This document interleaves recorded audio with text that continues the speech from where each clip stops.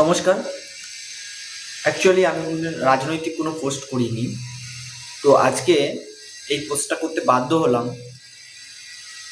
আমরা যে পার্টির সমর্থক, বিজেপি অর্থাৎ ভারতীয় জনতা পার্টি, সেই পার্টির যিনি মুখপাত্র আছেন,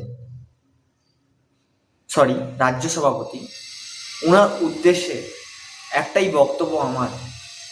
আমরা দলের একজন করে মেম্বার,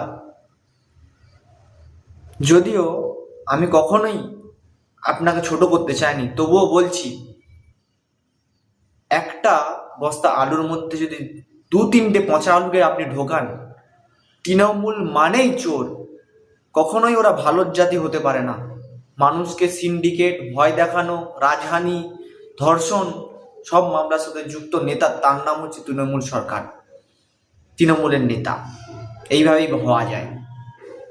আপনি কি করে বলতে পারেন একটা দায়িত্বহীন জ্ঞান নিয়ে যে কি বিজেপিতে তৃণমূলের ভালো লোকেদের আগমন করাই যেতে পারে? কেন? আপনার কি নেতা শট পড়েছে, আর নেতা সাপ্লাই বন্ধ হয়ে গেছে? ঠিক লজ্জা লাগে না আপনার এইরকম মন্তব্য করতে?